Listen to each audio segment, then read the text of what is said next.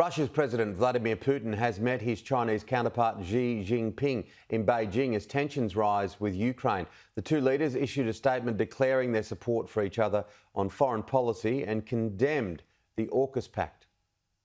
This joint statement by Russia and China really does take this contest between authoritarian countries led by Beijing and Moscow against democratic rivals. The statement it's a long one. It's divided into 4 different sections and really sets out how Russia and China together collectively view the world and view the world order. And specific to Ukraine, it's interesting to see how China really does come to Russia's side in terms of Russia's concerns about the NATO alliance and NATO expansion.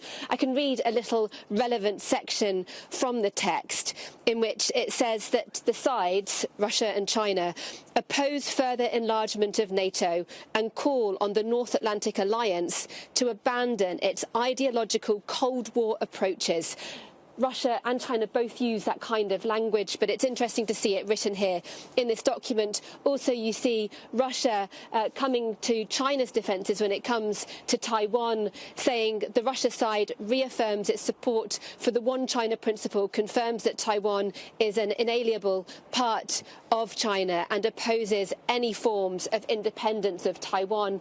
And people have been looking at the situation here in Ukraine, where Western allies are accusing Russia of threatening an invasion and saying that perhaps Beijing will be watching this in interest to see how the West responds to that threat and whether or not it might play into calculations on the Chinese side in terms of how it plans to deal with the Taiwan situation. So Western leaders, Western officials will surely be poring over the text from this joint statement and trying to work out how it plays out, especially here in Ukraine, where the situation is still so tense. You've had the Kremlin today coming out dismissing as nonsense US claims yesterday that they have evidence of a Russian plot to stage some kind of fake video that would frame Ukrainian forces as being the aggressors in some kind of staged attack against Russian interests that would give Russia a pretext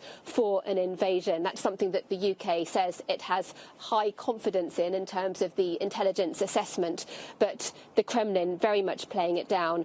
Finally, on the political side, on the diplomatic side, we know that now that the French president, who's been playing an active role in speaking to Russia's Vladimir Putin and also to the Ukrainian officials here, he is going to be travelling to Moscow next week and also coming to Kiev.